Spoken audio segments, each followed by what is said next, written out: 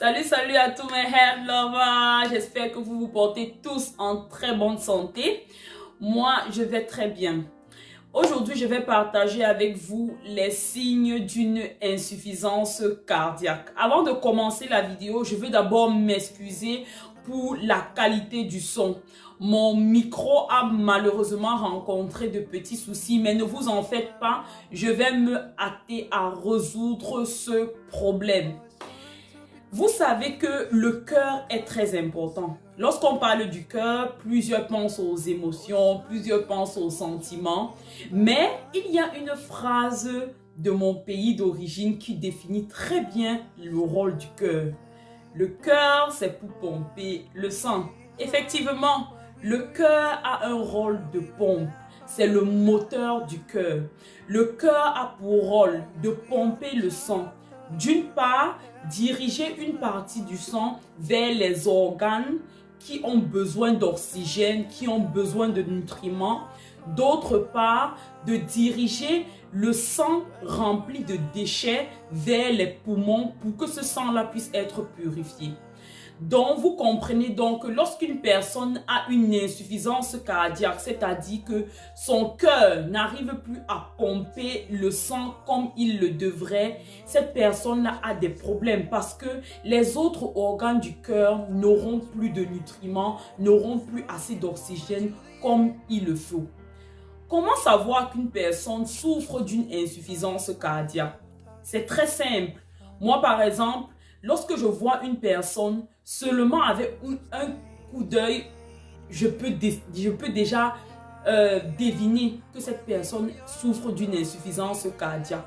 Tout simplement parce que je regarde d'abord les pieds de la personne. Il y a des personnes qui ont tendance à développer des œdèmes, c'est-à-dire qu'il y a de l'eau qui passe se concentrer à l'intérieur des pieds. Pourquoi? Parce que justement, le cœur ne pompe plus bien.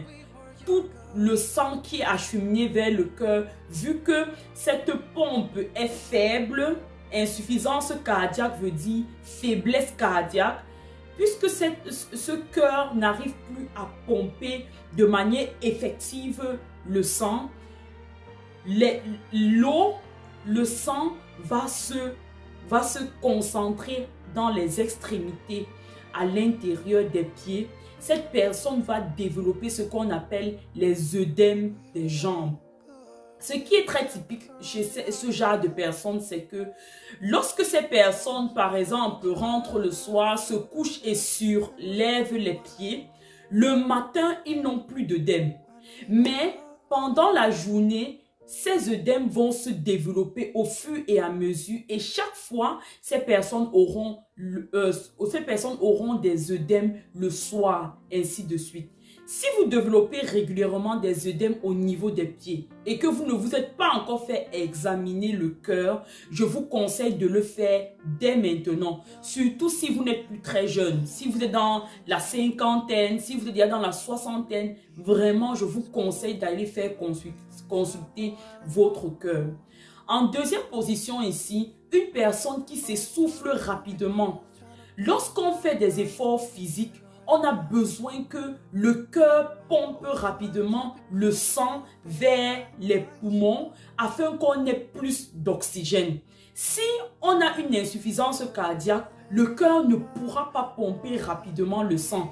Ça veut dire que ces personnes vont être plus rapidement essoufflées que les personnes qui n'ont pas d'insuffisance cardiaque. Alors, si vous vous rendez compte que ces derniers temps, vous avez du mal à respirer, vous êtes très rapidement essoufflé, il est important d'aller vous faire consulter. D'autre part, l'essoufflement peut être aussi le signe que vous avez de l'eau dans les poumons. Les personnes qui ont de l'eau dans les poumons ont cette difficulté-là à respirer tout simplement parce que l'eau qui se trouve à l'intérieur de leurs poumons empêche les poumons de se dilater lorsqu'ils respirent de l'air. Donc, l'essoufflement, c'est un signe que quelque chose ne va pas bien avec votre cœur. C'est une alarme pour vous d'aller voir un cardiologue pour qu'il puisse déterminer si vous avez une insuffisance cardiaque. En troisième position ici, ce sont les palpitations.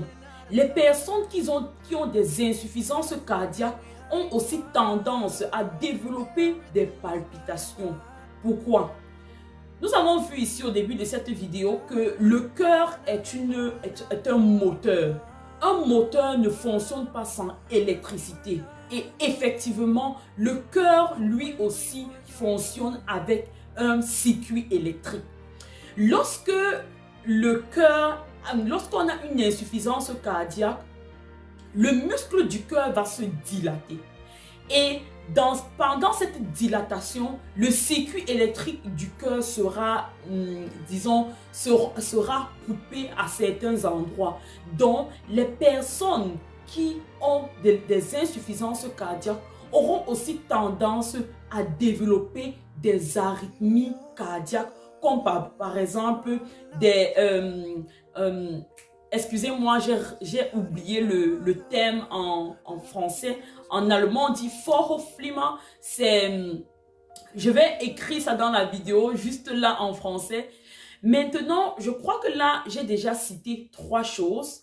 En 4e position, maintenant, les personnes qui ont des insuffisances cardiaques auront aussi tendance à développer une hypertension artérielle. C'est très subtil ici parce que l'hypertension artérielle peut être à la cause d'une insuffisance cardiaque, mais l'hypertension artérielle peut aussi être le résultat d'une insuffisance cardiaque.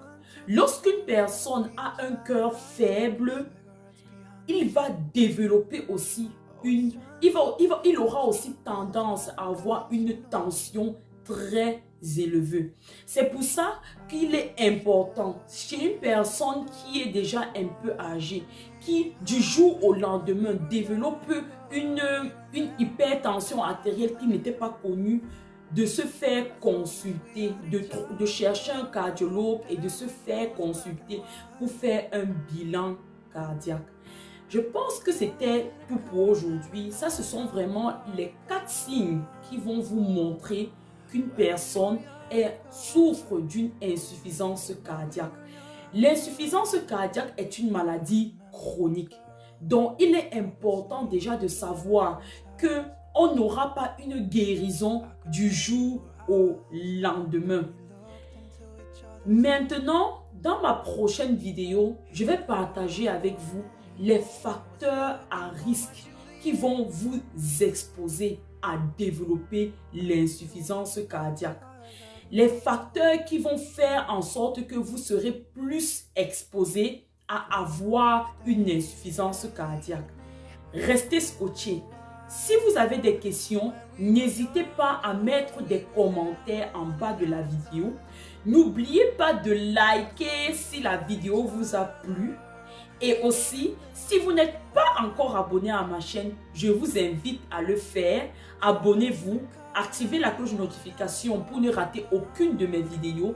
Surtout, invitez tous vos amis, invitez toute votre famille à s'abonner ici afin de ne manquer aucune information par rapport à la santé.